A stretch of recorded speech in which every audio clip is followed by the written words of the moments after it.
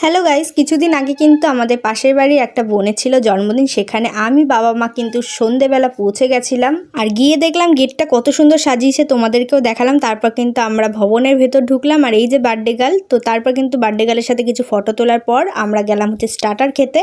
আর এখানে স্টার্টারে ছিল আলু ফ্রাই আর হচ্ছে চিকেন পকোড়া। তো চিকেন পকোড়াটাও খেতে বেশ ভালো ছিল, আলু ফ্রাইটাও খেতে ভালো ছিল। আর আমরা একটু দেরি করে ফেলেছিলাম আসতে, ওই জন্য কিন্তু বার্থডে গার্লে কেক কাটাটা মিস করে গেছি। তো তারপর যাই হোক কেকটা খেলাম আর তারপর কিন্তু বাবা মা আমি চলে গেলাম হচ্ছে কফি খেতে। আর তখন কিন্তু ওয়েদারটা বেশ ঠান্ডা ঠান্ডা ছিল, ওই জন্য কিন্তু কফিটা বেশ ভালো লাগছিল খেতে।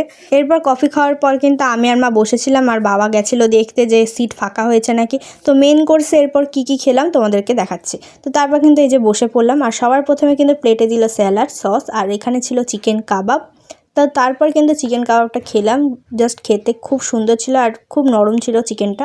আর তারপর এখানে খেলাম হচ্ছে বেবি নান আর ছিল সাথে চানা মশলা। এটা কিন্তু খেতে দারুণ লেগেছে আমার সব কটার মধ্যে। আর তারপর কিন্তু এখানে দেখো বাবা ওই দিকে বসে খাচ্ছিলো, আমি আর মা এখানে বসে খাচ্ছিলাম। তারপর কিন্তু খেয়েছিলাম চিকেন বিরিয়ানি। আর চিকেন বিরিয়ানি চিকেনটা খুব সফট ছিল, খেতে ভালো ছিল খুব। আর সাথে কিন্তু একটা ধনিয়া চিকেনও ছিল, সেটা আমি দেখাতে ভুলে গেছি। আর এরপর কিন্তু বিরিয়ানি খাওয়ার পর এলো হচ্ছে পাতে 2 রকম মিষ্টি আর হচ্ছে চাটনি আর পাঁপড়। আর চাটনি পাঁপড় কিন্তু লাস্টে খেতে দারুণ লাগে আমার। তারপর কিন্তু ছিল বাটারস্কচ আইসক্রিম আর পান মশলা। তো ভিডিওটা ভালো লাগলে অবশ্যই লাইক করে দিও। বাই।